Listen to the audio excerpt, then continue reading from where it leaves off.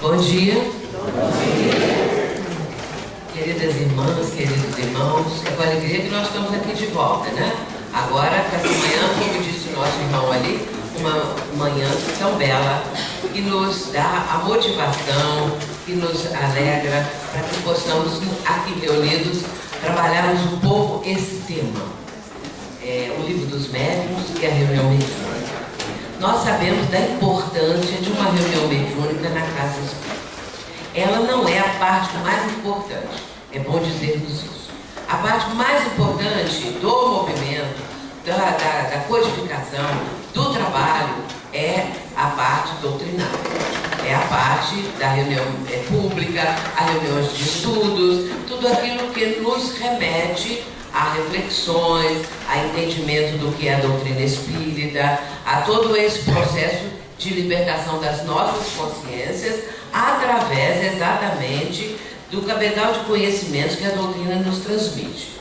Mas uma casa espírita, ela tem várias áreas que atuam, e uma delas é a parte mediúnica.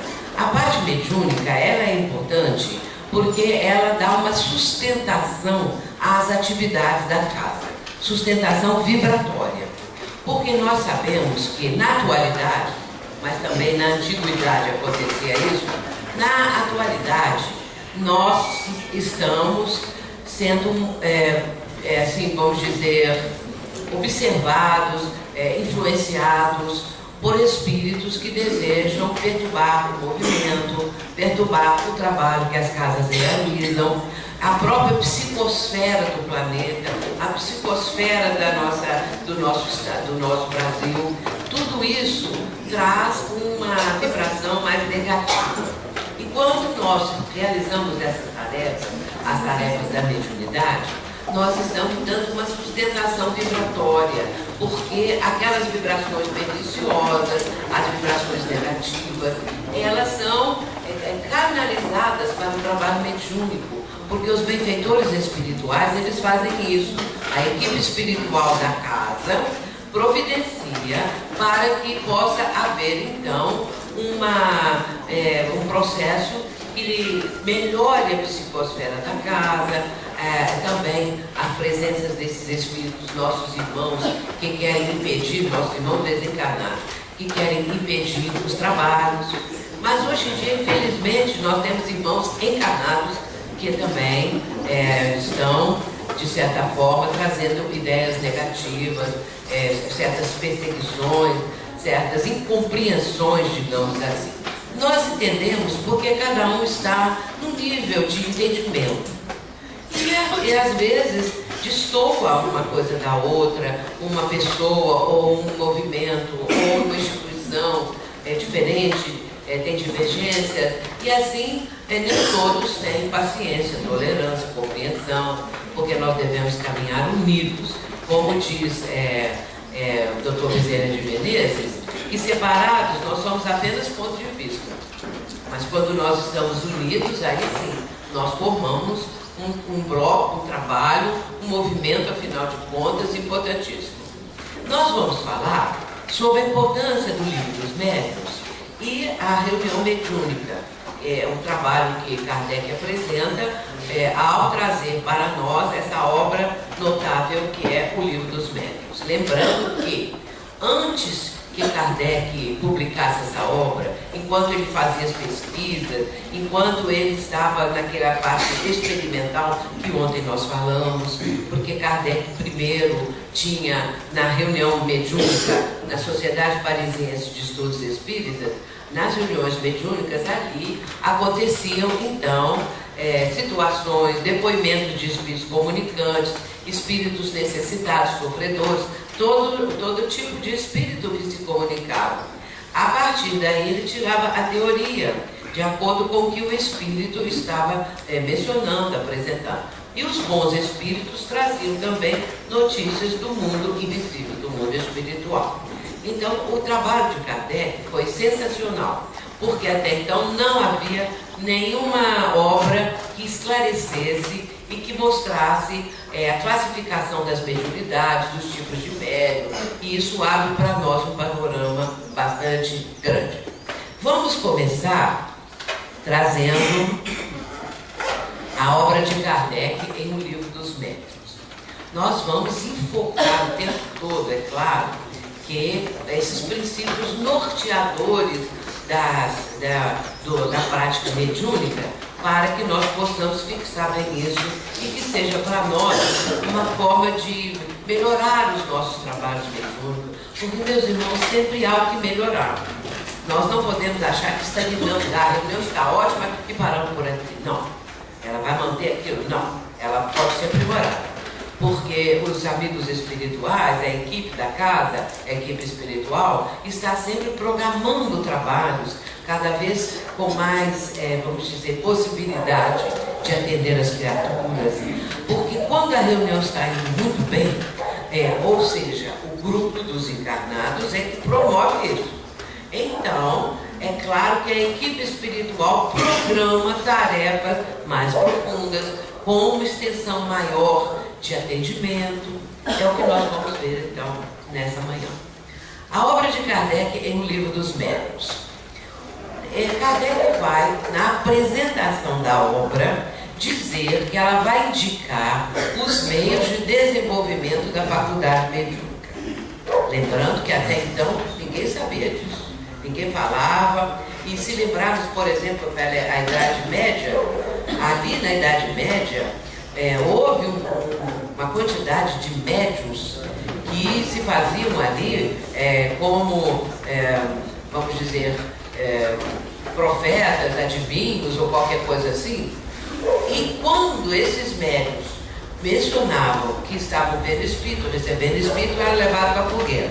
A maioria era mulheres, porque a maioria dos médiuns que se apresentavam eram mulheres. Então, muitas pessoas foram levadas a serem queimadas nas fogueiras e tal, porque falavam com os espíritos. Mas daí para cá, a coisa foi melhorando. E eu acho interessante, porque elas eram chamadas de bruxas na Idade Média. Hoje em dia, eu vi uma entrevista na televisão há uns 2 anos atrás, a entrevistadora perguntou assim à senhora que ali estava: então a senhora é uma bruxa, né? Ela falou: ah, sim, eu sou uma bruxa, porque isso, porque aquilo. Então hoje foi um elogio, que ela era uma bruxa, porque seja um médico, que estava trabalhando, essa coisa toda. Então veja a diferença da compreensão, o tempo passa, o povo amadurece, nós todos, né? E aí vai melhorando a situação. Mas vamos ver o que Kardec vai dizer. Indicar os meios de desenvolvimento, dirigir-lhe o emprego de um modo útil, quando existe a mediunidade atuante na vida da pessoa. Guiar as pessoas nas suas observações. Assinalar os obstáculos, por se tratar de uma nova ordem de coisas. E aí ele vai apresentar e vai mencionar até a palavra armadilhas. Ciladas, armadilhas que podem acontecer na vida da pessoa. Vamos ver isso para frente. Iniciá-las na maneira de conversar com os espíritos. Como conversar com os espíritos? De que forma? Indicar-lhes os meios de conseguirem boas comunicações. São pontos que estão na introdução de O Livro dos Médiuns. Porque a gente tem que ler, viu, meus irmãos? E ler também a introdução. Porque às vezes a pessoa pula a introdução, já começa direto. Mas a introdução, a apresentação da obra é muito importante. Vamos ver agora o seguinte. Ele próprio vai dizer que toda reunião deve tender para a maior homogeneidade possível, quando se deseja chegar a resultados sérios e verdadeiramente úteis. Se o que se quer é apenas obter comunicações, sem nenhuma atenção à qualidade dos espíritos que as deem, estão dando as comunicações, evidentemente que são desnecessárias essas precauções. Mas então ninguém tem que se queixar da qualidade do produto. Porque havia, e até hoje, mas naquela época muito, muito mais, aquela vontade de fazer uma reunião para ver espíritos se comunicando, mesinhas se levantando no espaço, as mesas girantes, aquela coisa toda. Então, era assim, fenômenos trazer para a criatura o espanto, a ideia que era uma coisa mágica, a ideia que era uma coisa assim, fora do comum, que ninguém sabia explicar, é para entretenimento. E aí, é claro que Kardec já vai falando da seriedade e o quanto isso pode ser benéfico quando realmente obedece a esses requisitos de seriedade, da importância do trabalho. Isso aí é fundamental. Interessante que esse texto que eu acabei de falar está no final do Médico, no livro do Médico, capítulo 29, porque a gente vê um todo, né, da introdução até o capítulo 29, nós estamos observando como vai avançando o ensinamento. Vou voltar aqui só para lembrar o seguinte: toda reunião deve tender para a maior homogeneidade possível. Isso é fundamental, porque se a equipe não tem essa homogeneidade, não tem essa afinidade e sintonia, vai ser uma reunião heterogênea, aonde cada um pensa de um jeito, aonde não há propriamente uma corrente vibratória para sustentar o trabalho. Então a homogeneidade é isso, de pensamentos, de propósitos, do ideal da pessoa que ali está, do esforço que ela faz para poder também ter uma participação com todos os companheiros que ali estão. Portanto, essa homogeneidade ela é essencial. Agora Emmanuel vai nos dizer o seguinte: isso tudo é antes de entrarmos propriamente na parte da prática, são observações, são alertas para que nós possamos, ao praticar a mediunidade, termos esse entendimento necessário. Ele diz assim: a sessão espírita deveria ser uma cópia fiel do cenáculo fraterno, simples e humilde do Tiberíades, onde o Evangelho do Senhor fosse refletido em espírito e verdade, de modo que, entrelaçados todos os pensamentos na mesma finalidade amorosa, pudesse constituir aquela reunião de 2 ou mais corações em nome do Cristo, onde o esforço dos discípulos será sempre santificado pela presença do seu amor. Está no livro O Consolador. Eu queria saber, quem já leu o livro Consolador, levanta a mão. O livro Consolador é muito bom porque é todo de perguntas e respostas. É um livro que deveria ser estudado mais lembrado. Porque o que a gente nota hoje em dia é que até a obra de Chico Xavier não está sendo tão, recebendo tanta atenção, as pessoas não estão dando tanto valor. As pessoas hoje em dia, porque tem muito livro que sai, quase que toda semana tem livro novo, e as pessoas procuram muito romance. Romance é bom que distrai, mas não traz estudo. Então, para conhecer a doutrina espírita, nós temos que estudar. E estudar é um hábito, né? A leitura, o estudo. Então, nós precisamos manter isso que o Emmanuel está dizendo aqui, ou pelo menos procurar manter, não é? Que a nossa reunião fosse como uma cópia daquelas que existiam no tempo de Jesus. Claro que isso é muito difícil, mas é para nós um ideal, uma ideia, não é? Que a nossa reunião possa progredir, possa se aprimorar, possa cada vez mais realizar trabalhos ricos de proveito para as pessoas encarnadas e desencarnadas. Bom, aí vejamos que essa definição ela é fundamental, é a parte principal. Uma reunião é um ser coletivo, cujas qualidades e propriedades são resultantes das de seus membros e formam como que um feixe. Ora, esse feixe tanto mais força terá, quanto mais homogêneo for. Vamos estudar isso. Uma reunião é um ser coletivo, então é o grupo todo. Não, a pessoa não pode pensar que ela está excluída, porque os outros sabem mais, porque tem médicos mais experientes, tem pessoas isso, tem pessoa aquilo. Não, ela faz parte do grupo, ela está ali. Então, ela faz parte desse coletivo.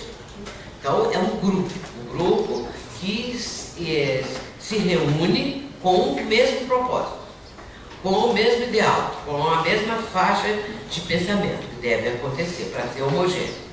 Não é? Pensamentos que estejam dentro de uma sintonia afinidade. Muito bem, mas essa reunião, as qualidades dessa reunião e as suas propriedades resultam de quê? Da equipe espiritual? Não, resultam dos encarnados. Olha que responsabilidade. Porque as qualidades e propriedades da reunião resultam dos membros da reunião. São resultantes de seus membros encarnados, que deve formar como um feixe. Mas esse feixe, tanto mais força terá, quanto mais afinizado ele for, quanto mais homogêneo ele for. Então, a reunião propriamente, às vezes a pessoa diz assim: a nossa reunião está muito fraca.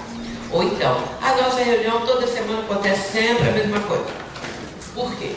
Porque o grupo dos encarnados não progrediu. Então a reunião marca passo daquele nível. Ela não vai se aprimorando, ela não vai. Por quê? Porque o grupo não se aprimorou. Ficou todo mundo do mesmo jeito que estava. E, no entanto, esse aprimoramento da reunião é decorrente do que nós fazemos lá fora. O grupo das pessoas que constituem a reunião, no seu dia a dia, se eles continuam do mesmo jeito, desde que abriu a reunião, que começaram a inaugurar o trabalho, não mudaram, não melhoraram, a reunião bate sempre naquela mesma tecla. Mas, para ela melhorar, nós precisamos melhorar. Nós precisamos apurar quais são as nossas falhas, procurar saber aonde podemos melhorar, o que nós devemos fazer. Então, o aprimoramento da reunião é feito lá fora por nós mesmos. E aí, quanto mais a pessoa traga qualidades para dentro da reunião, a reunião melhora. Porque a equipe espiritual fica esperando. O que esse grupo pode render? Quase nada. Está do mesmo jeito. Agora, melhorou porque as pessoas melhoraram no dia a dia, se tornaram pessoas melhores, o grupo começa a render mais. Olha que fantástica a explicação de Allan Kardec, né? Isso está também no capítulo 29, lá para o fim. Então, a reunião ser coletiva, no qual todos estão ali compartilhando as mesmas ideias, a mesma vibração, o mesmo propósito. Então, ali forma-se um grupo coletivo. E depois, as qualidades desse grupo resultam dos membros, dos encarnados. Aí a espiritualidade, notando que o grupo cresceu, como ser todo lá fora, como pessoas melhores, melhora o trabalho também. Então depende do grupo. Não adianta nada falar isso, falar aquilo. O nosso grupo é sempre a mesma coisa, porque todo mundo é sempre a mesma coisa. Ninguém melhorou nem um pouquinho. Então é preciso ter essa noção para nós procurarmos, né, a nossa, vamos dizer, o nosso crescimento, o nosso amadurecimento lá fora, no dia a dia. Agora vamos ver quais são as leis das manifestações. Porque veja que agora nós já estamos entrando nessa parte mais prática. Nas comunicações espíritas, a dificuldade consiste em harmonizar vibrações e pensamentos diferentes. Não é fácil. Muito difícil. Porque as pessoas, cada um tem uma vivência. Cada um tem o seu dia a dia. Vem para a reunião, estão preocupados. Um está preocupado porque está sem dinheiro, precisa pagar uma pessoa de conta. O outro está preocupado porque não sei quem da família está doente. O outro está preocupado porque tem uma viagem no dia seguinte para realizar um negócio muito importante e assim por diante. O outro teve uma decepção, cada um uma coisa. Aí chega na reunião, as pessoas não sabem tirar aquilo da mente. E ficam preocupadas. Ou então estão orando, estão ali, de repente vem o assunto que está perturbando a criatura, está preocupando a pessoa. Então começam a dificuldade de harmonizar vibrações e pensamentos diferentes. Embora que o propósito do trabalho é um só. Todos têm o mesmo propósito que estão ali. Mas como a mente é invadida por esses pensamentos o tempo todo, do dia a dia, a pessoa vai lembrar de um crime que a TV divulgou, alguma manchete, alguma coisa de jornal, qualquer coisa assim, isso tudo faz parte. Brigas. E aí isso atravessa a mente da gente. É um pensamento que invade. Então, é preciso que a pessoa consiga disciplinar a mente para fazer uma boa concentração. Porque concentrar não é fácil, não. A pessoa concentrar 5 minutos é uma coisa, 10 minutos, meia hora, 60 minutos, aí pronto. Fica muito difícil, né? Vejamos assim, a lei das manifestações, isso é Leon Denis, que está aí é Leon Denis, para quem não sabe. A lei das manifestações consiste na combinação das forças psíquicas entre os médiuns e os experimentadores, e entre estes os espíritos. Naquela época, quando Leon Denis escreveu isso, isso aí está no livro dele, No Invisível. O livro do Leon Denis, No Invisível, na minha opinião, é como se fosse uma continuação de um livro dos médiuns. Porque o que Kardec não pôde contar, porque Kardec, a obra, o livro dos médiuns, tem poucos casos elucidativos, porque ele não tinha tempo. Mas Leon Denis, no livro dele, ele conta muitos casos, para ilustrar cada caso dentro de aspectos, para nos ensinar como que a coisa funciona. Então é um livro muito didático, muito bom. Aí ele vai dizer, naquela época se chamava assim, os médiuns e experimentadores eram os outros que não eram médiuns ostensivos, mas que participavam da reunião, então eram os experimentadores. Então a lei consiste nisso. As manifestações consistem na combinação, ou seja, na afinização das forças psíquicas, quer dizer, mentais, entre os médiuns e os experimentadores. Esses são os encarnados. Mas entre estes e os espíritos. Olha que coisa interessante. Porque os encarnados precisam sintonizar, né? Precisam ter essa afinidade. Mas depois que o grupo é bem afinizado, eles precisam afinizar com os espíritos que dirigem.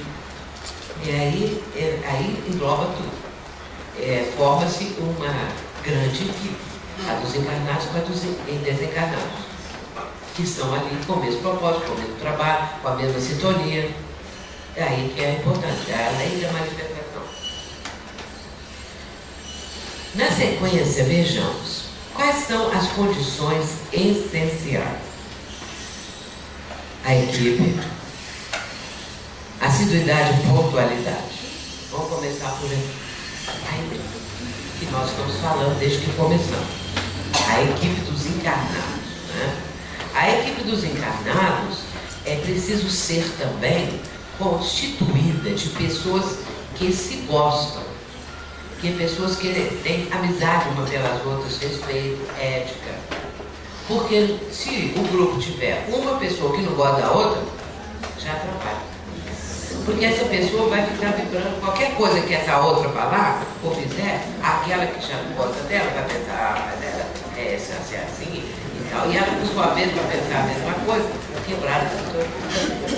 É preciso que as pessoas se gostem, se respirem, se amem, afinal de contas. Se não conseguem amar, que pelo menos tenham afeto, amizade, carinho, essas coisas assim. O grupo precisa ser assim. E precisa também se ajudar. Porque, às vezes, as pessoas chegam à reunião mediúnica e falam assim, boa noite, ele está chegando, tudo bem e tal, cada um vai para o seu lugar, você está lá, e fica. Geralmente não ficam conversando, pegam um livro, ficam lendo, para preparar o ambiente. Mas acontece que a pessoa chega, fala boa noite, participa do trabalho, na hora de ir embora fala outro boa noite e vai embora. E ela não fica inteirada dos problemas dos companheiros. E é preciso que o grupo se ajude. Então, um lá está com o marido internado gravemente. E aí o grupo pode ajudar pelas preces, indo lá dar paz na criatura, não é? Ou então o filho, alguém tem um filho lá que está nas drogas, ajudar também. E assim por diante. As situações que a pessoa vive, integrante do grupo, ela deve expressar isso. Meus irmãos, eu preciso de uma vibração para o meu marido que está internado, ou eu preciso para meu filho ou para minha filha, e vai por aí fora. Para o grupo ficar sabendo. A partir do que o grupo sabe, eles vão regimentar as forças da própria equipe para ajudar. Um lado é desempregado. Está passando mal necessidade. Mas nós não podemos ajudar, não, para ficar de quê? Porque a pessoa vai ficar acostumada, porque isso, porque aquilo. Então nós não podemos ajudar. Entretanto, nós sabemos, não é, que é nessa hora que a pessoa precisa da ajuda. Uma palavra para ajudar a arrumar um emprego, a cesta básica para a pessoa, não é? Uma cesta básica aprimorada, com mais coisas, dependendo do caso, dependendo da família, dependendo das condições, tudo isso.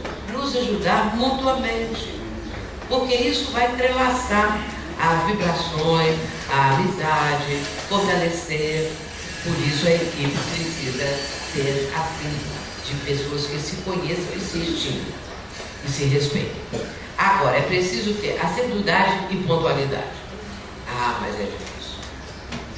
Assiduidade. Porque na casa hoje tem aniversário.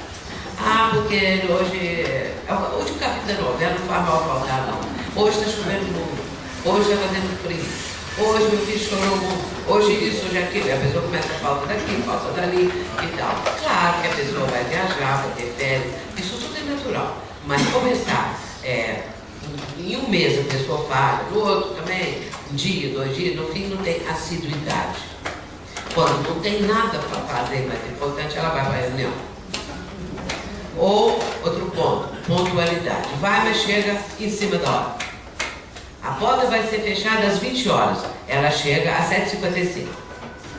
Então ela não tem tempo de se preparar. É uma pessoa que chega, senta ali no seu lugar e logo de imediato vai começar o trabalho. E essa pessoa, ela não ainda se desencharcou das coisas do dia a dia. Porque quando nós chegamos, nós estamos, vamos dizer assim, encharcados no nosso psiquismo de tudo que nós vivemos naquele dia ou naquela semana. E aí você senta lá, você está com esses problemas todos que eu falei aqui. E é para tirar aquilo tudo, não é? E a mente esvaziar, vamos dizer assim, nós precisamos de um tempo. E aí, lê lá uma página, lê o Evangelho segundo o Espiritismo, faz a prece, começa a parte mediúnica, a pessoa está do mesmo jeito. Ela chegou com a mente muito em ondas beta, que são as do dia a dia.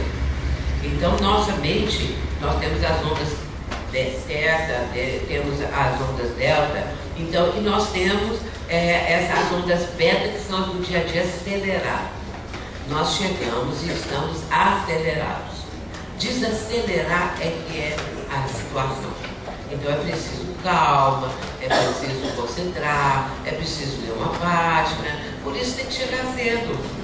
Porque senão a pessoa chega lá, passa para a parte mediúnica e ela está ainda na mente, ela vai correndo, acelerada. Porque nós hoje no dia temos todo mundo corre, não sei o que é isso. Temos que correr. A vida é uma corrida hoje em dia, né? É horário para ir para aquilo, todo mundo corre. É uma coisa impressionante, eu também corro, todo mundo corre. É uma coisa interessantíssima. Você está sempre com pressa de tudo, é esquisito isso, né? E o dia parece que tem menos que 24 horas. Você fala assim, poxa, mas já acabou o dia. Né? Então, ele não fez tudo que tinha que fazer, é uma coisa estranha. Então é preciso que a pessoa, então, entre em alfa, que são as ondas próprias para a concentração. Saia das ondas beta, que são aceleradas, e entre em alfa, que aí sim, já estão na situação para o trabalho. A afinização, que nós já falamos. Concentração. Então, concentrar é realmente difícil. É preciso entender que, se nós estamos na mediúnica, se estamos com boa vontade, se temos feito a nossa parte na vida diária, procurando fazer, procurando melhorar, mesmo assim, na reunião mediúnica, a nossa concentração não consegue durar mais tempo. Por quê? Porque a civilização oriental, lá no Oriente, eles privilegiam a questão mental. No Ocidente, não é assim. Nós estamos no Ocidente, a vida aqui não é uma corrida, a vida aqui não é desse jeito, é consumismo, isso, aquilo, então, a vida hoje é um barulho. E aí a pessoa chega lá, só tem que pensar em coisa boa, mas de repente vem um pensamento inconveniente, um pensamento intruso. Pela lei da concentração, existem os pensamentos intrusos. Que são pensamentos, quando você está, por exemplo, na mediúnica, o pensamento ali, você quer manter o pensamento elevado. De repente vem um pensamento inconveniente. E aí a pessoa pode ficar até com vergonha dos guias. Ah, será que o guia viu o que eu estou pensando? Será que aí a pessoa fica assustada. Mas não é anormal isso não. Sabe por quê? Porque a nossa mente, ela está no subconsciente, estão sedimentadas as experiências, não é? Estão ali, em camadas, vamos dizer assim. Se você quer uma coisa melhor, você tem que subir o seu nível de concentração. Subir o seu nível, sua vibração, ela precisa ser mais elevada. A gente consegue isso através da prece. Muito bem. Então, isso que você está assim, que você quer melhorar, vem lá do subconsciente. Vamos imaginar que é um lago. E esse lago tem lodo no fundo, que são os pensamentos inadequados, que nós acumulamos em diferentes existências terrenas. Aí vem aquela bolha, vamos dizer assim, como se fosse uma lama. Vem para a superfície do lago. E aí é a nossa mente. Então esse pensamento, ele vem e como uma bolha, ele expulsa. Acontece que isso é importante, porque é a higienização do nosso consciente, do nosso subconsciente, melhor dizendo. Então, à medida que vai vindo as coisas assim à tona, elas estão surgindo porque elas já não conseguem mais permanecer, porque estão vindo sendo substituídas por coisa melhor. Então isso é da lei de um livro, deixa eu ver se eu lembro o nome do livro agora, agora mesmo eu lembro, a respeito da concentração. É um livro de Mira e Lopes. Ele estava esgotado, e não sei se já reeditado, mas ele é um livro, curso básico de concentração mental. Então essa explicação que eu acabei de dar é desse livro.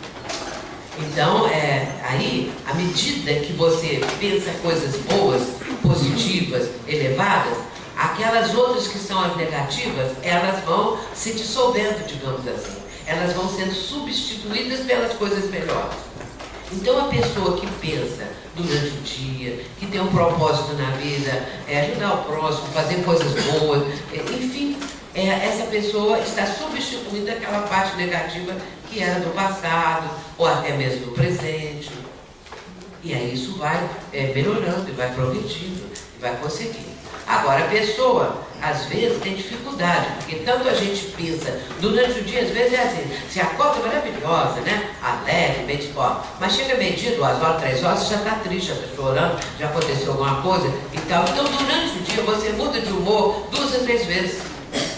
Fica triste, fica alegre, fica preocupada, enfim, então a concentração na reunião, ela depende desse conjunto. Então é um treino, não é? Então a gente precisa ter cuidado quem é que nós colocamos na mediúnica. Não é porque a pessoa chegou, eu queria tanto ir para a mediúnica, que eu estou vendo espírito, porque é isso, porque é aquilo, então eu vou botar na mediúnica, né? E nós estamos com pouca gente, bota lá na mediúnica. A pessoa não sabe concentrar, às vezes não é espírita, às vezes está começando, vai fazer o que na reunião? Se os mais experientes têm dificuldade, imagina um novato, uma pessoa que não teve um preparo. Então eu preciso muito cuidar com quem que vou convidar para a mediúnica.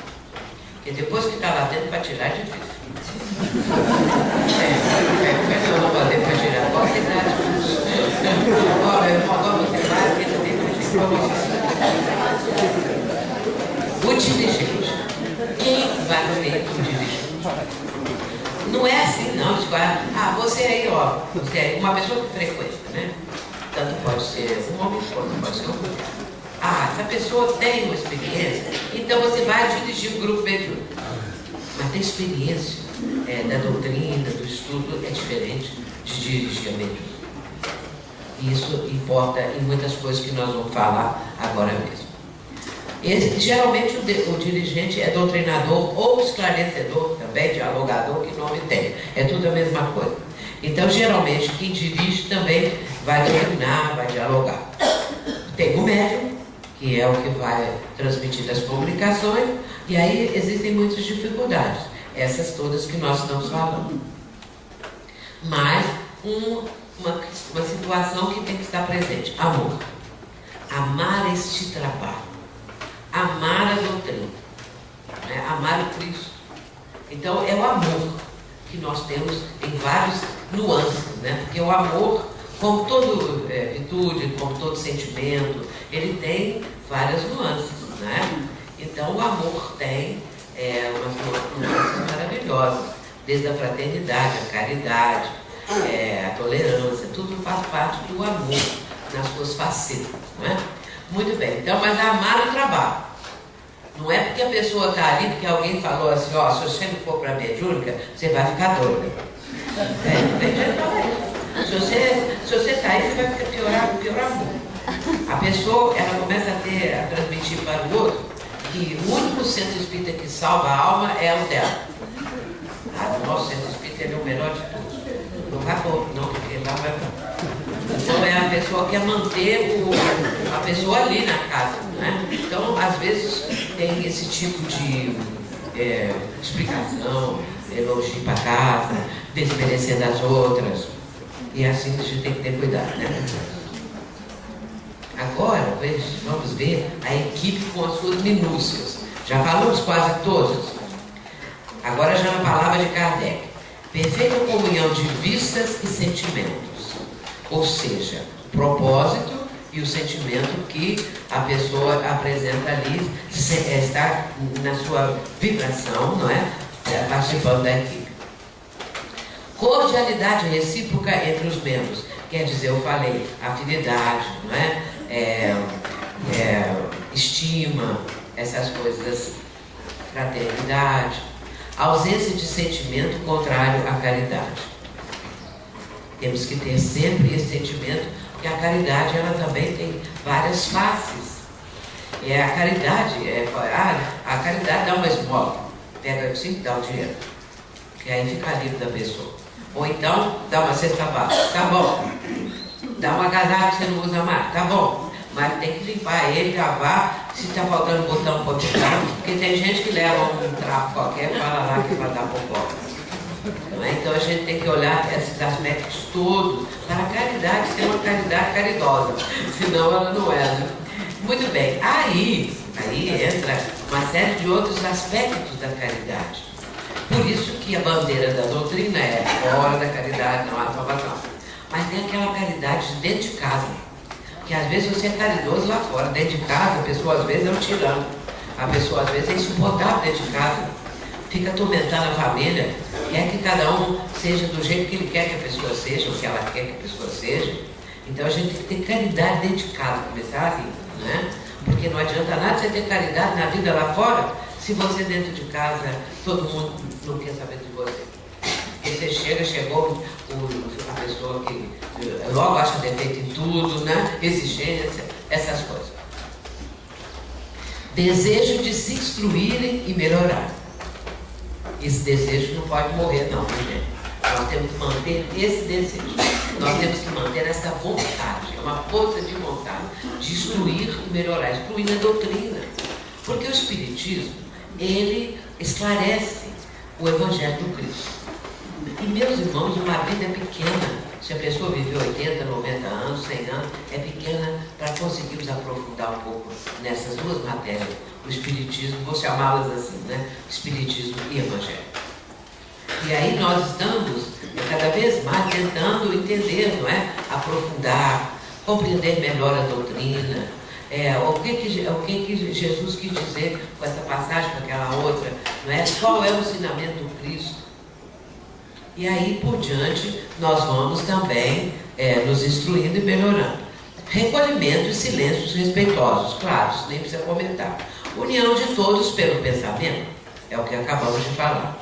Os médiuns com isenção de sentimento de orgulho, amor próprio, supremacia e com desejo de serem úteis. seu médico, jamais ele deve achar que ele é melhor que os outros. Jamais ele deve achar que o guia dele é melhor que o dos outros. E existe muita coisa no nosso meio espírita esquisita. Porque tem gente que quer tomar o médico do outro. Tem gente que é médico que quer tomar o guia. Tem gente que quer tomar o guia do outro. Não é? Então, não é que o guia também seja propriedade do médico. Mas, por exemplo, João de Anjo com Divaldo, Chico com Emmanuel, Raul Teixeira, que agora não está podendo ainda exercer por causa do problema, mas o Camilo. Então, assim, a pessoa que já é médica e está trabalhando, conhece muitas vezes o seu guia. Mas ela quer receber o guia do outro, que é melhor, né? É mais evoluída, mais adiantada. Então eu brinco, isso é uma brincadeira minha, que a pessoa quer tomar o guia do outro. E tem também, no nosso meio espírita, uma coisa muito curiosa. É que existe assim, mais ou menos, uns 20 a 30 guias do movimento espírita que todo mundo gosta, como a Sheila, como Memei, vamos lembrando aí, como Dr. Bezerra, não é? Como Eurípides Passanufo, e aquela lista que são top de linha. Então são os guias que todo mundo quer. Porque são os 20 melhores que tem. Ou os 30, assim. Então eu brinco assim, que são os top de linha, todo mundo quer trabalhar com eles. E aí a gente esquece que tem milhões do lado de lá. Milhões de espíritos mentores que às vezes estão trabalhando anonimamente com aquela pessoa. Não é? Então a gente tem que não ficar achando que nós somos os maiores ou melhores ou isso ou aquilo. Não é que temos mais condição do que o outro, desconfiar do outro, essas coisas assim, né? Então tudo isso é o capítulo 29, que é um capítulo importantíssimo de O Livro dos Médiuns, todo é importante, mas ele reúne, congrega resultados de tudo que antes foi falado no livro. Agora, o dirigente. A primeira coisa que o dirigente precisa é ter autoridade moral. E aí, como é que é difícil, né? Como que a gente pode imaginar uma coisa dessa, né? Qual é que tem autoridade moral? Nós não temos a folha do serviço da pessoa. Mas é claro que a pessoa na casa espírita já é uma pessoa que tem uma vivência, uma pessoa respeitável. Então essa pessoa tem condição, porque uma pessoa perfeita não existe. Aí, um dia nós vamos chegar lá. E o dirigente precisa ter essa autoridade. Por quê? Às vezes o espírito obsessor comunica. E se o dirigente também é dialogador, ele pode falar de repente com o espírito, mas meu irmão, você precisa ter paciência. Aí o espírito fala assim, mas você que não tem paciência com ninguém. Porque os espíritos conhecem a gente. Esses espíritos não são os sofredores que chegam naquele sofrimento, mas os obsessores que querem trabalhar o trabalho, não é? Então você, falando para não ter vaidade, o espírito vai falar isso para a pessoa. Agora, não para ofender, né? Porque o médico também tem que controlar isso. Muito bem, então autoridade moral, vivência doutrinária, vivendo a doutrina, né? Essa pessoa que já tem uma postura ética na vida lá fora, que frequenta ambientes melhores, para que ela possa ter essa autoridade moral que os espíritos respeitam. Mas ele precisa ter conhecimento doutrinário e evangélico. Começa a ficar difícil, né? Porque tem que ter conhecimento doutrinário, conhecer a doutrina e conhecer o evangelho. Porque às vezes vem um espírito, vamos dizer assim, que foi um religioso na última encarnação. E esse espírito, não é, pode falar assim, vocês espíritas não têm o direito de falar em nome do Cristo. Só nós temos o direito. Porque Jesus diz, Pedro, tu és pedra, e sobre esta pedra eu levantarei o meu templo, meu edifício, meu templo, construirei minha igreja. Aí, o que o dirigente vai dizer? A respeito disso, Pedro, tu és pedra. E aí, então, se ele tem conhecimento, ele vai trazer a explicação disso. Que ali naquele momento, Pedro, ele significava a humanidade, as criaturas. Porque quando Jesus falava e pregava, ele não pregava só para aquele grupo que estava ali, nem nas estradas, nem nas praças, ele pregava para a humanidade do futuro. Porque a mensagem do Mestre é atemporal. Isso é que nós temos que entender. A mensagem do Mestre é de caráter universal. Então, ela não era só para aquela época, 2000 anos. Ela é de agora e daqui para frente. Porque Jesus falava, Jesus era o médium de Deus. Então, porque isso está lá em A Gênese. Se Jesus era médium de Deus, ou seja, ele transmitia o pensamento divino. E aí, nós começamos a entender o quanto nós precisamos conhecer. Não é? O quanto que a gente precisa estudar mais.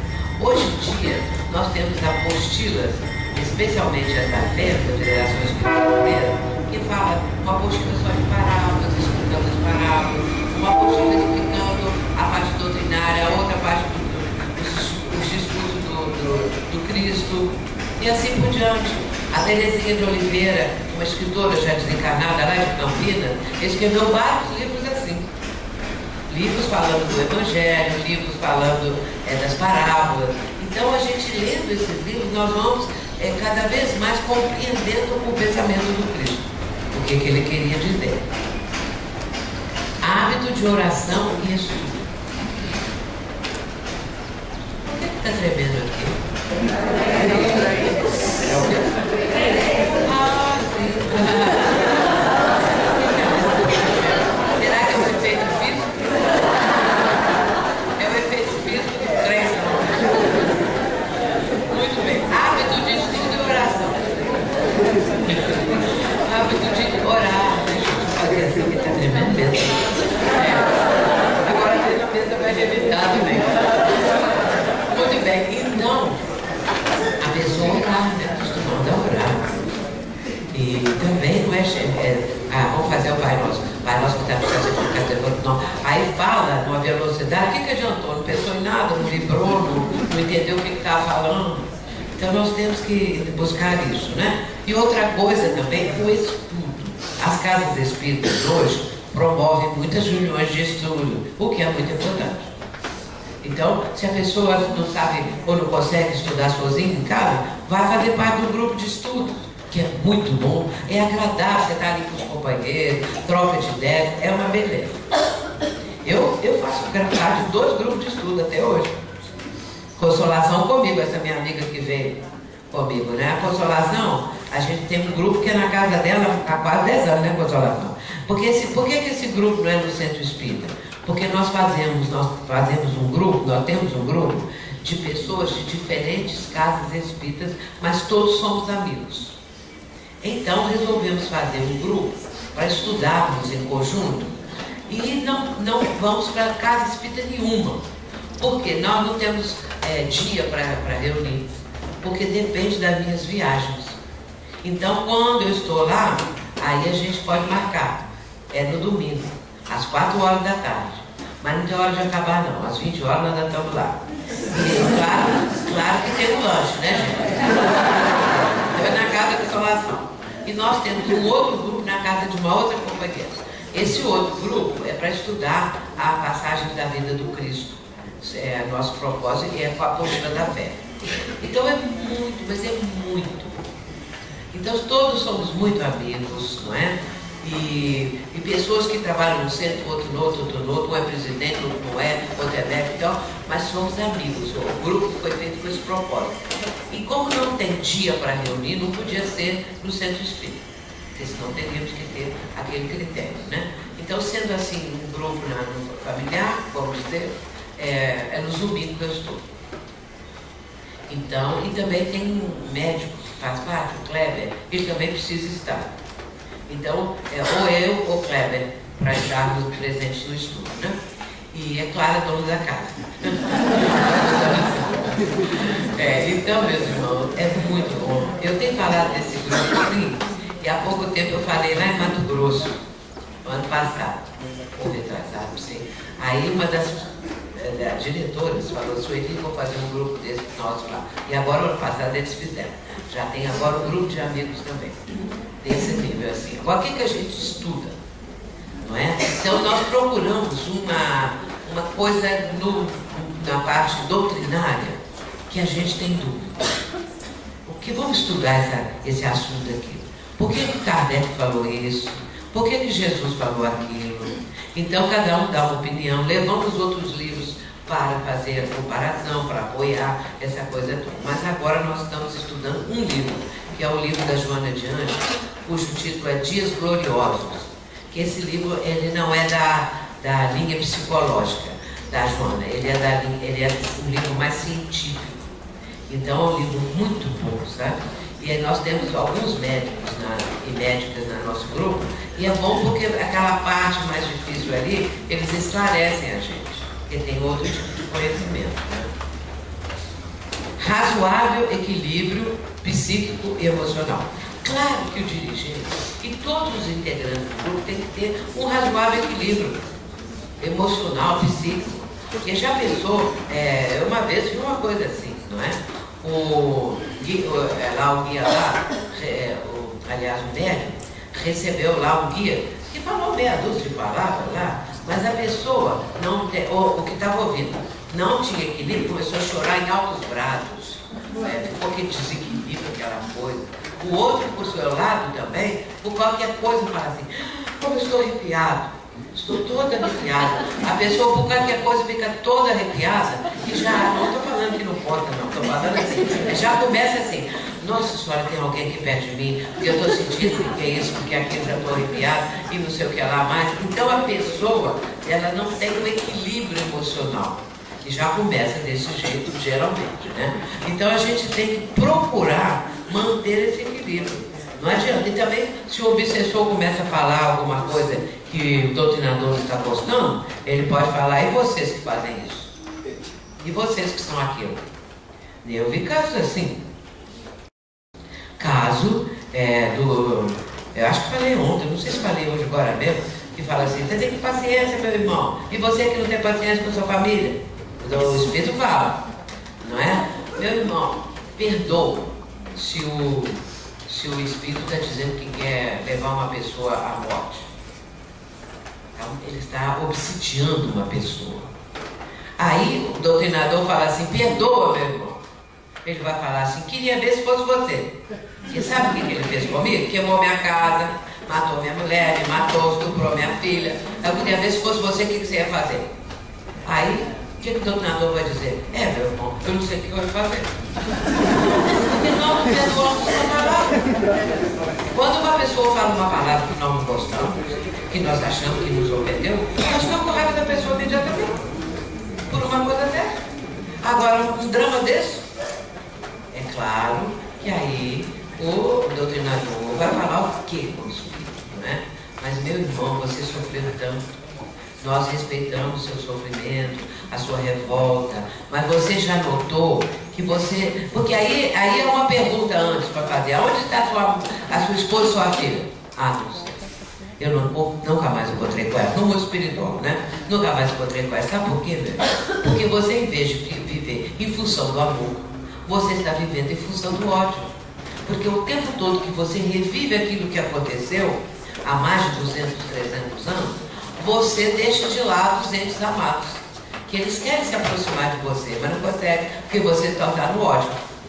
Aí ele compreendeu que, na verdade, ele poderia estar com os entes queridos dele, mas ele o tempo todo revivia aquele momento terrível da vida dele. Aí são os argumentos, né? Então, o doutrinador, o dirigente, ele tem que ter amor pela tarefa.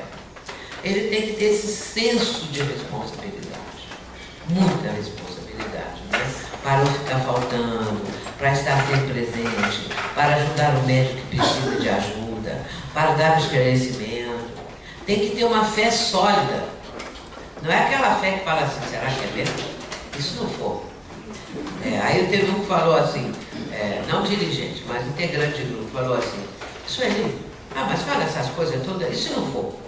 Quer dizer, se não for, se não tiver um espiritual, como é que é? Então, quer dizer, a pessoa estava no beabá ainda. E se não for? Porque nem pelo raciocínio a pessoa já estava entendendo o mundo espiritual. Mas ficava assim, mas e se for verdade, se não for mentira, e se não for... mas aí é difícil. O dirigente doutrinador. Esse aqui é Hermínio Miranda, para quem não conhece. Ele fala sobre os aspectos da doutrinação. Ele que escreveu um livro muito conhecido, Diálogo com as Sombras, que a FEB editou. É um livro sobre a doutrinação, fantástico o livro dele. Desencarnou há alguns anos já. Então, as aptidões básicas. Primeiro, aquela que falamos ali, formação doutrinária sólida, conhecimento evangélico, autoridade moral, fé, amor. São os 5 pontos que ele apresenta no livro. Mas eu acrescentei empatia, porque a empatia ela é muito importante. Você ter empatia em relação à dor do outro. A simpatia é estar com a pessoa, vivendo com ela ali, aquele momento difícil. Então você tem uma simpatia pela pessoa, é uma coisa mais leve. A empatia é muito mais profunda, porque você sente a dor do outro se você se colocasse no lugar dele. Então o Rollo May, que é um psicólogo famoso, também já desencarnado, que residia em Nova York, Rollo May, ele tem várias obras, não é? E numa das suas obras, ele fala o seguinte, que quando ele estava atendendo pessoas, né, que vinham para ele dar uma opinião, para ele dar uma resposta daquilo que a pessoa estava apresentando e tal, ele disse o seguinte, que enquanto a pessoa falava, ele pensava assim, eu poderia estar no lugar dele. E se eu estivesse no lugar dessa pessoa, o que eu gostaria de ouvir? Isso é empatia. Que a pessoa começa a pensar sentindo o que o outro está sentindo. Se eu estivesse ali, desse jeito, o que eu gostaria de ouvir? Então, é preciso a gente ter essa forma de interpretar, né, a dor do próximo, entender. E aí, às vezes, a gente sente isso na nossa própria condição. Aquela dor, né? E agora, abrindo um parênteses, me fez lembrar o atendimento fraterno. No atendimento fraterno é preciso ter muita empatia. Quem está fazendo o atendimento, quem é o atendente que atende a pessoa que chega na casa espírita, tem que ter empatia. Agora, a pessoa está lá e conta, porque eu estou sofrendo isso, porque está me acontecendo aquilo. Quando o atendente não está preparado, ele fala assim, e o meu caso que é pior ainda?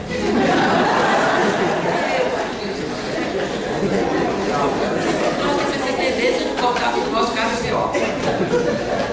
Na família, então, é assim, né? Na família. Chega um fumador, mas a minha está pior. Eu passei mal, mas tudo mal no seu. E não sei o que lá. Então, aí a gente às vezes fala assim, eu estou pior que você, tal, o meu caso está pior, e meu filho já fez isso, minha filha está tal. A gente tem essa ideia. Então o atendente tem que ter muito cuidado. Fecha o parênteses, que eu gosto desse assunto atendente fraterno.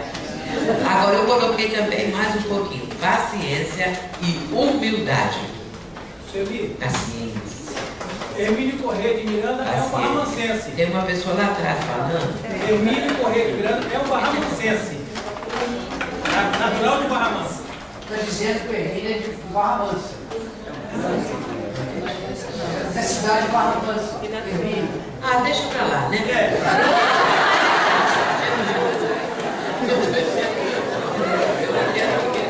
Chega que vem.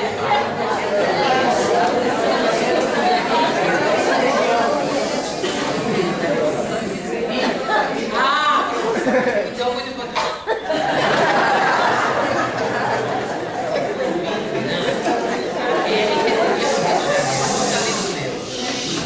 A Consolação também, nós fomos muitas vezes à casa dele. E ele tinha uma casa de verão, que era em Caxambu. E residia no Rio de Janeiro. Mas ele nasceu, acho que em Volta Redonda, não é? Aqui, Barra Mansa? Oh, que legal, não sabia. Inácio Barra Mansa é o quê? Barra Mansa então é meu querido, muito querido. Uma pessoa excepcional, maravilhosa. Então, Hermínio Miranda nos traz essa contribuição muito rica, né? Agora, a atuação dos médicos. A pergunta é: qual a maior necessidade do médico? Qual a maior necessidade do médico? Quem responde é Emmanuel. A primeira necessidade do médium é evangelizar-se a si mesmo antes de se entregar às grandes tarefas doutrinárias.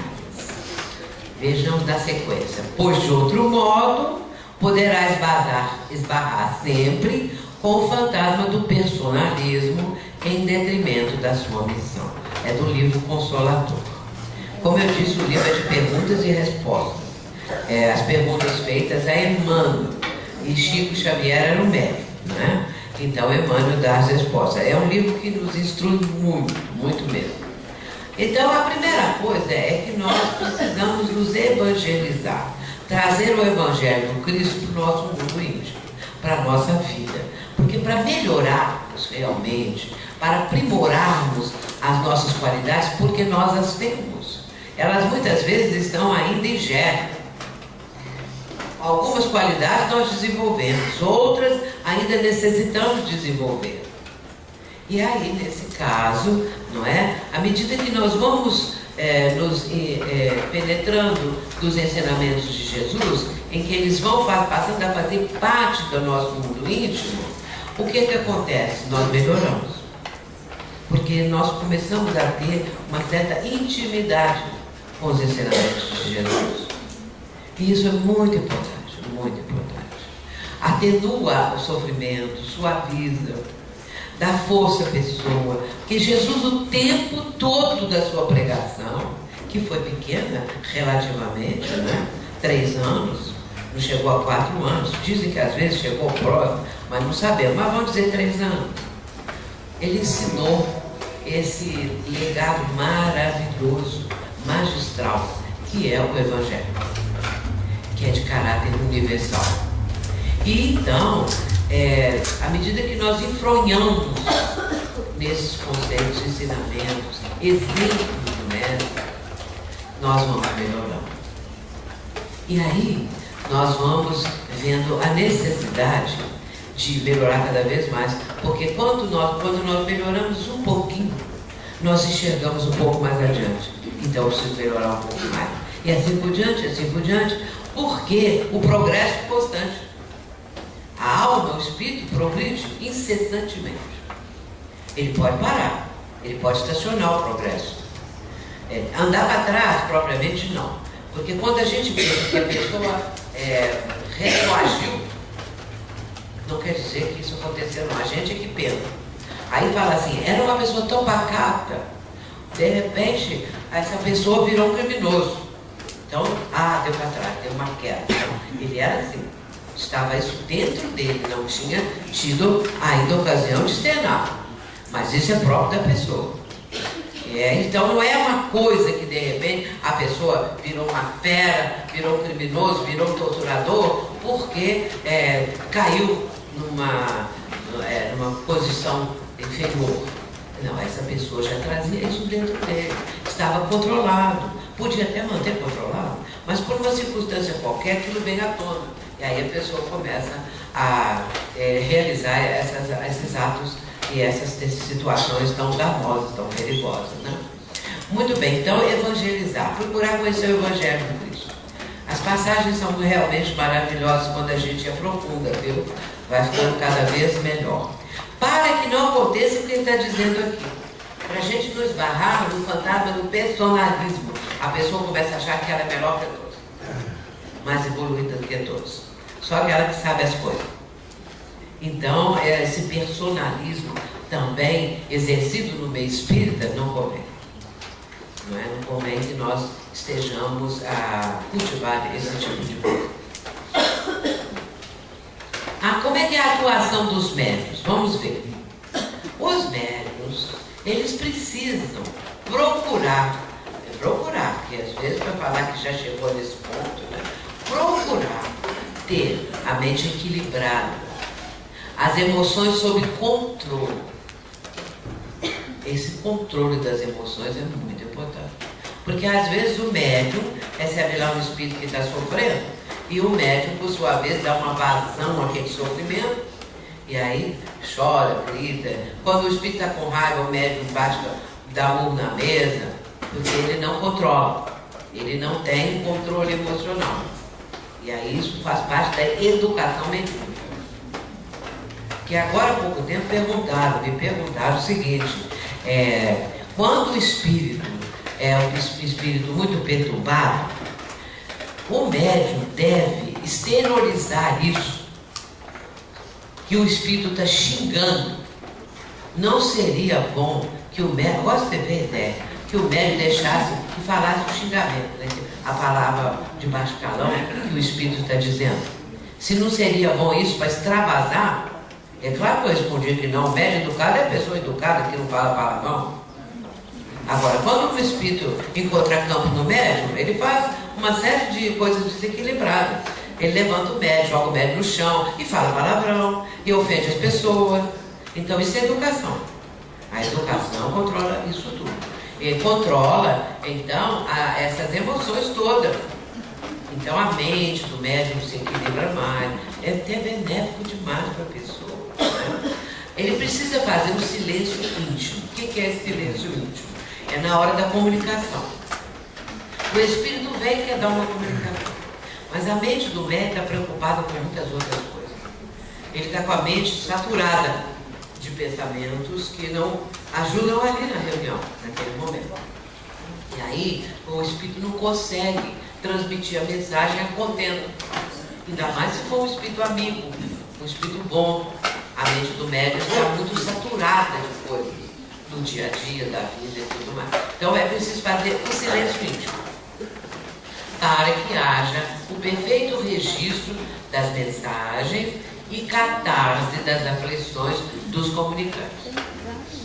Porque quando o espírito comunica, especialmente o sofredor, ele faz uma catarse, né? O que suicidou, o que morreu, às vezes, de uma forma terrível, acidente horrível, ele está com aquele sofrimento, né? Então, quando ele exterioriza a dor, ele está fazendo uma catarse. Mas é bom para o médium também, porque o médium, por sua vez, também está fazendo uma catarse das suas próprias emoções. Então isso é bom para um e para outro, os dois lados. Ter muita vigilância e preparação, pois espíritos ociosos, vingadores, insensatos, estão de plantão para gerar dificuldades e conflitos. Então, realmente, essa vigilância, meu irmão, é 24 horas por dia. Essa vigilância é para quem, especialmente para quem trabalha na área da desobsessão, para quem trabalha na área mediúnica, mas na desobsessão, então, com mais razão. E aí a pessoa acha assim, eu quero ir para a reunião de desobsessão. Eu quero participar. Bom, mas está preparado para isso? Não é que quem participa da reunião mediúnica é a pessoa que já está no nível melhor. Não. É que mais precisa. Treinar vigilância, treinar essa caridade que a reunião propicia. Então, nós da reunião de desobsessão somos muito necessitados. E tudo que acontece na reunião é benefício para a pessoa, para nós que estamos ali. Mas aí a gente tem que ter muita vigilância, porque eles nos seguem para saber como é que a gente anda. Não é? Ou então fazem ameaças. E às vezes eles estão só blefando. Às vezes ele ameaça e diz até mesmo que está nos acompanhando, mas às vezes não estão. Fala isso para a gente ficar com medo. Agora, aí vem uma pergunta. E os benfeitores? Não estão ajudando a gente? Não? Então, estão. Mas nós precisamos passar por isso. Para dar testemunho, para fazer uma espécie de treinamento de conseguir controle, de conseguir vigilância. Porque Jesus nos ensinou a vigiar e orar. Muitas vezes, até nos próprios livros, está escrito que Jesus falava orar e vigiar, mas é o contrário. É vigiar e orar. Que é uma necessidade fundamental. Porque na vida, meus irmãos, nós temos muito convite para as coisas negativas. Vem um amigo, uma amiga, vem uma pessoa, vem um parente, que convida para qualquer coisa. E às vezes aquilo é altamente negativo. E às vezes a pessoa acaba indo lá porque todo mundo vai, deixa eu ir também. E aí ela vai ter um prejuízo muito grande. Porque quem já tem o conhecimento da doutrina, esse é mais responsável. Não adianta chegar do lado de lá e falar assim, eu não sabia. Porque sabia. Quando a pessoa realmente não sabe, ela tem uma atenuante. Mas quando ela sabe e faz, ela tem um agravante. Agrava mais o caso, não é? Então, esses espíritos estão sempre de plantão. A eles interessa diminuir o número de trabalhadores. As casas espíritas, a gente está sabendo, de maneira geral, no país, muitas casas espíritas estão passando por uma situação de dificuldade de trabalhadores. Porque hoje em dia, o que acontece? Pessoas que já tinham terminado os estudos, estão na faixa de 50 anos, 50 e poucos anos, resolve estudar de novo, porque a vida está muito difícil.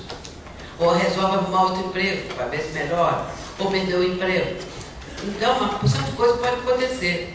E aí, de repente, a pessoa que era assídua não pode mais. Porque ela está com outro compromisso, porque ela precisa cuidar dessa vida terrena, que não podemos deixar também de cuidar. Então, os trabalhadores estão diminuindo, os voluntários. E tem um outro detalhe também, é que uma vez uma pessoa escreveu, acho que no ano passado, e eu li, pena que não guardei essa página, dizendo assim, os centros espíritas estão envelhecendo. Significando que os dirigentes dos centros espíritas, a maior parte, já é pessoa acima dos 60 anos. Porque novos em idade não estão chegando em número suficiente.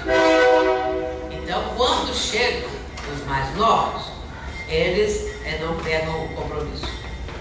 Ou se pegam outra coisa lá para lá, não é? Então, aí é interessante isso. Porque nós temos que preparar os substitutos. Nós temos que ir ajudando esses mais novos, porque eles é que vão preparar o mundo de regeneração. Não os mais velhos, mas são os jovens. E a nossa parte, por exemplo, na minha faixa de idade, que não é assim tão grande, não, mas então, mais ou menos. Então, nessa minha faixa de idade, mais ou menos perto da minha faixa de idade, a gente já está mais para lá de lá, né?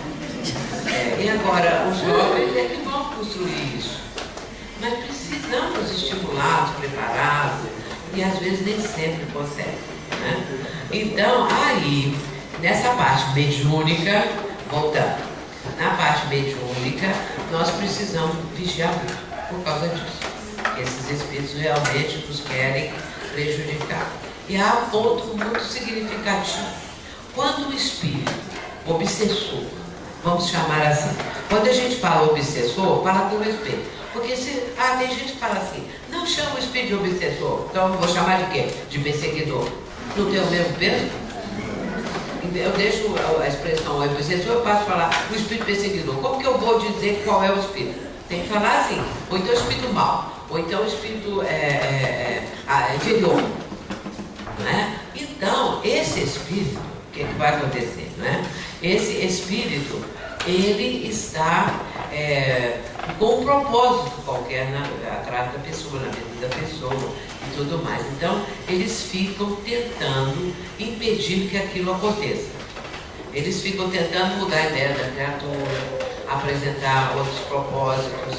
E quando eles não conseguem com essa pessoa que eles querem, porque às vezes já é uma pessoa que tem um certo preparo, uma certa madureza, uma maturidade, melhor dizendo, já tem uma experiência maior, eles fazem o seguinte, eles vão através do parente, de um amigo, perturba esse parente, para aí perturbar a pessoa que eles não conseguem.